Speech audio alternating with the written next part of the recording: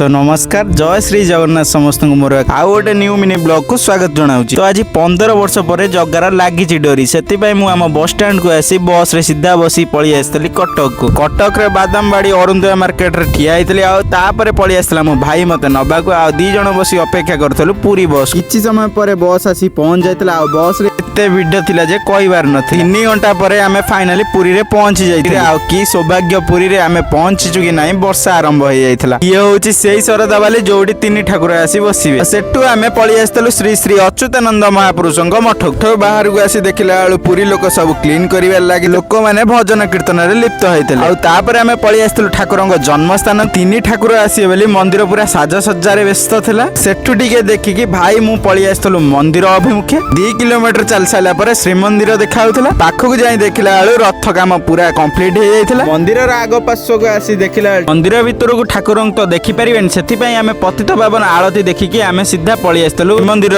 पश्चिम भाग रे थिबा हनुमान मंदिर को। आ सेठू दर्शन कर साला पर मंदिर चारि पार्श्व रे थिबा सौंदर्य को आमे अनुभूति करथलु। तापर लागि जायतला भोक आमे पलि आसतलु दहीबरा खाया। पुणी थरे देखा हबो नेक्स्ट मिनी ब्लॉग रे। रहूची जय श्री जगन्नाथ।